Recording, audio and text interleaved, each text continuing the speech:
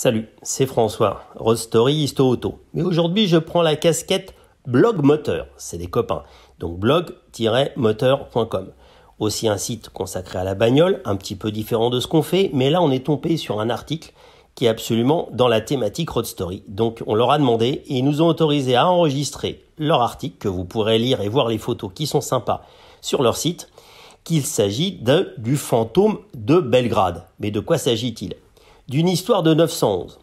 C'est l'incroyable histoire du fantôme de Belgrade. Non, Blog Moteur n'est pas devenu un média consacré aux phénomènes paranormaux ou à l'occultisme. Derrière ce titre intrigant se cache en effet l'une des histoires automobiles les plus mystérieuses et passionnantes qu'il m'ait été donné de découvrir ces dernières années.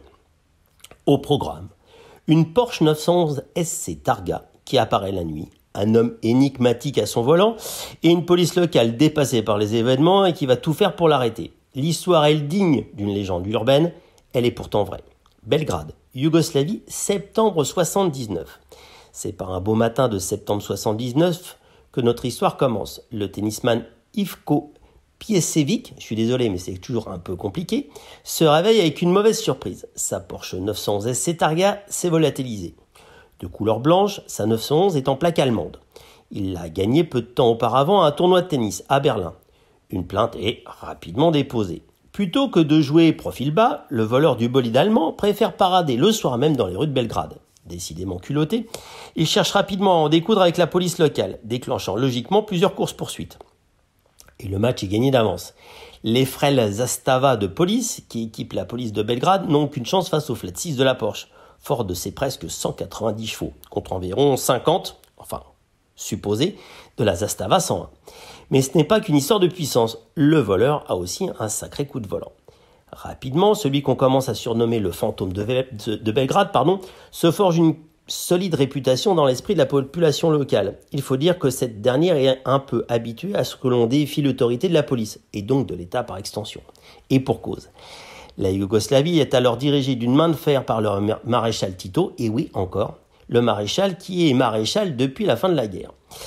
Et ce dernier n'est pas vraiment réputé pour faire dans la dentelle. Il a conquis le pouvoir à la force des armes. Une foule sans cesse croissante va venir assister aux exploits du fantôme. Les badauds se massant aux abords du grand rond-point de la place Slavica, passage obligé pour lui. Le lieu est stratégique pour ce dernier. Les nombreuses sorties du rond-point desservent toute la ville et il peut donc rapidement prendre la poudre d'escampette en cas de problème. Très embarrassée par ce Robin des Bois mécanique, la police de Belgrade doit agir et vite. Tito est parti quelques jours à Cuba afin d'assister à un sommet international. Cela ferait désordre s'il était accueilli à son retour par une Porsche blanche qui défie l'autorité publique. Vous voyez, un petit drift devant le palais du président, ça serait sympa. Un policier aguerri est donc lancé à la poursuite du fantôme de Belgrade, Dusan Živković, alias Fangio, le surnom que ses collègues lui ont donné. Ce dernier dispose d'une botte secrète. Il est équipé d'une voiture occidentale. En l'occurrence, une puissante Ford Granada. Hélas, Dusan Fangio n'arrive pas à inquiéter le fantôme, qui se permet même de le narguer en dévoilant à l'avance son itinéraire à la radio. Cela fait désormais plusieurs nuits que le fantôme se livre à son jeu du chat et de la souris. Pour la police, la mascarade a assez duré. Il faut faire cesser les agissements du fantôme vite et peu importe s'il n'en sort pas vivant. Un plan est alors établi. La place Slavica va être copieusement arrosée et toutes ses sorties seront bloquées, sauf une. Évidemment, c'est ici que se situera le piège. 2 bus attendront en effet le fantôme avec des policiers aux commandes, dont le fameux Fangio.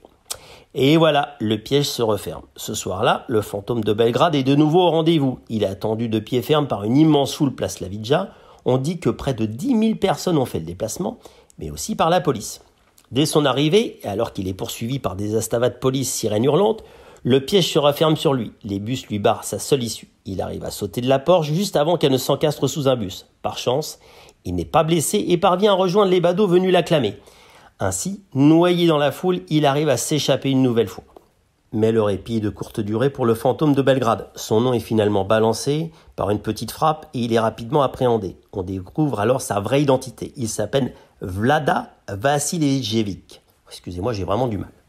Et il n'en est pas à son coup d'essai en vol de voiture et il n'a que 29 ans. Surnommé Vasa Opel, sa marque de prédilection pour le vol de voiture, ou encore Vasa Kluch, clé dans sa langue, pas besoin de vous expliquer d'où vient ce surnom. Vlada est rapidement incarcéré. Il passera environ 2 ans et demi derrière les barreaux. Finalement relâché, il ne profitera malheureusement pas longtemps de sa liberté. Il est victime d'un accident de la route au volant d'une Lada volée, dans des circonstances qui restent encore aujourd'hui obscures. Beaucoup pensent qu'il a été victime d'un piège et les regards pointent logiquement vers les autorités yougoslaves qui auraient pu vouloir lui faire payer ses provocations. En tout et pour tout, ces exploits auront duré 10 nuits. On ne connaîtra jamais les motivations du fantôme de Belgrade, ou du risque, message politique contre le pouvoir en place, et seules quelques images d'époque subsistent aujourd'hui, de quoi encore renforcer la légende du fantôme de Belgrade. Retrouvez les super photos de cet article, je vous le redis, sur le site Blog Moteur.